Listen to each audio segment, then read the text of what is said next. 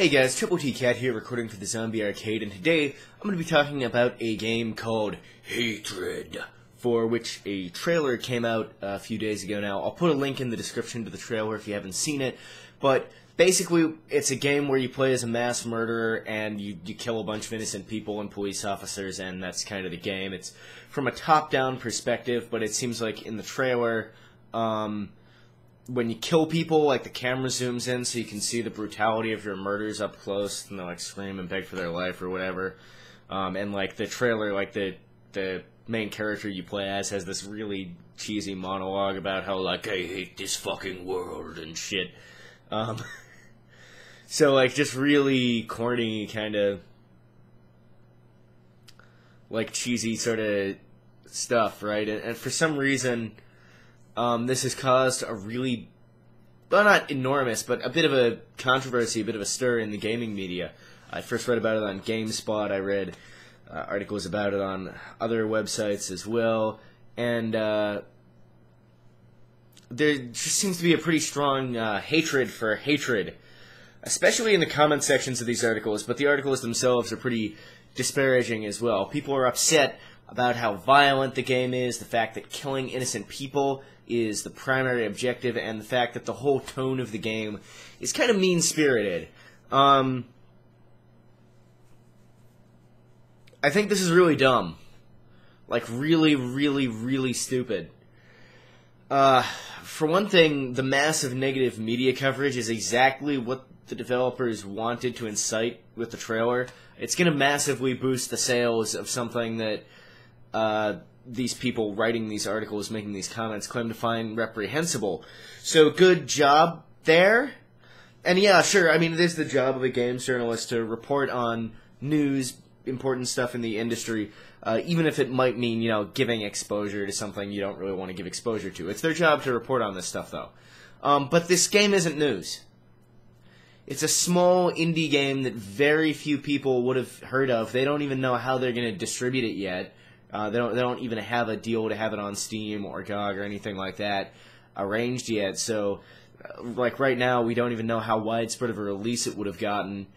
There are loads and loads of small indie games that get made all the time that the gaming press doesn't cover because there's so many of these little games, and, like, who cares, right? This one happens to provide excellent clickbait, however, so it gets picked up because they can make it into a controversial thing to get them lots of ad revenue. Even though paying that level of attention to the game is the exact opposite of what these writers should be doing if they want it to go away, which is the tone and implication of a lot of these articles. I haven't seen anything calling for the game to be canceled or banned or stopped from being released on Steam or GOG or anything like that, but the tone of the articles implies that the gaming journalists, these people writing these things, would prefer if this game wasn't made and just kind of went away. Whatever. You're just going about that in completely the opposite way when you could just as easily ignore it because it's such a small game. And, like, there's this whole thing about, oh, you know, Epic wants the Unreal logo removed from the trailer, and that, oh, Epic's, like, trying to disassociate themselves, so controversy's coming from there. That's the only reason Epic wants that logo taken out, is that they weren't paid for that logo to be in the trailer. And this is not the first game where this has happened. I don't have any immediate examples, I'm not going to lie, so maybe I shouldn't say that with such confidence. But I do seem to recall in the past there being examples of games which were not controversial getting in trouble for having the Unreal Engine logo there when they didn't pay for the right to actually use that logo. Anyway, secondly, the other thing about this controversy being dumb is I found the trailer kind of funny. I think if you took away the black and white graphics and the hyper-intense music, a lot of other people would have as well. The violence itself isn't funny, just to be clear here, but the character's monologue, he sounds like an angsty, impotent 13-year-old kid. It struck me as parody at first. I don't think the game is parody. I'm just saying that the script and the acting in the voiceover of the trailer was so bad that it was laughable. I couldn't take it seriously. There was nothing frightening or exciting about it to me because it was just laughably bad. It was just stupid. As for the violence itself, it's nothing we haven't seen before. We've seen much more graphic and shocking violence, sometimes in mainstream games, in the past. Soldier of Fortune is the example that immediately springs to mind. Sure, in that game, the people you're gunning down are combatants, but the deaths are just as shocking and as mean-spirited. You've got people crying and sobbing and stuff like that, and those deaths were much more gory and graphically violent as well than anything we saw in the trailer for Hatred. Or there was the Punisher video game, which I actually quite liked. Surprisingly, for a licensed game, I thought that one was... it was like a 7 out of 10. It was alright. Anyway, I digress. That game featured a lot of extremely violent executions against people begging for their lives and stuff like that. Again, those were supposed to be bad guys, but I'd argue that it doesn't matter. The violence is equally mean-spirited, just as much about the player taking pleasure in the suffering of virtual people and seeing extremely brutal violence. And that's the real complaint people seem to have with this game. The fact that you're killing innocents makes it worse, but the main gist of the complaints I'm reading seems to be that it's mean-spirited because the player is supposed to take pleasure in the suffering and pain and sorrow of virtual people. There are a lot of other games where that's the case and that haven't been this controversial.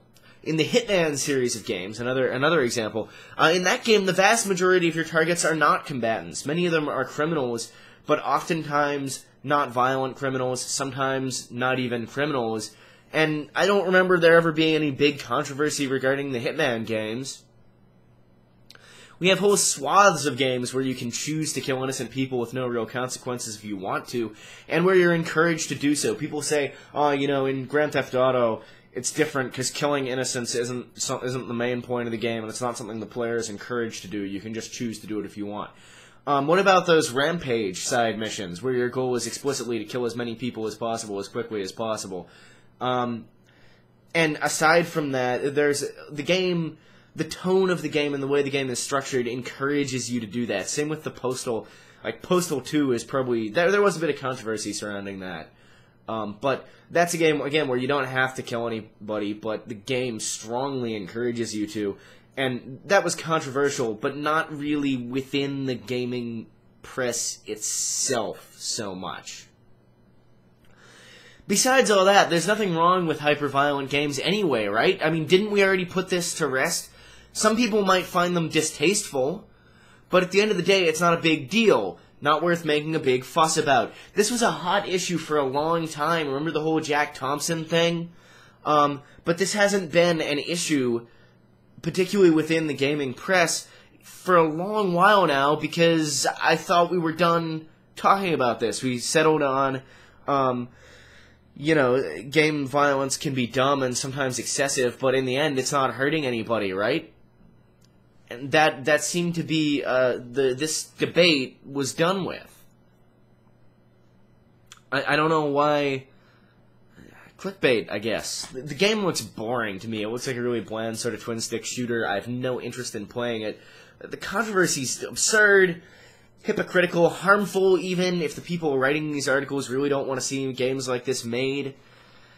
The statements from the game developers are really telling that they wanted to create this kind of shock. They're saying, we're tired of games aiming to be higher art and all kinds of stuff like that, and we're not trying to do that. We just wanted to make this dark, brutal, violent game with no aspiration to be a higher art or anything like that, despite the fact that that very thing shows that they are trying to make an artistic statement, but whatever, that's fucking arty bullshit. I don't want to get into that.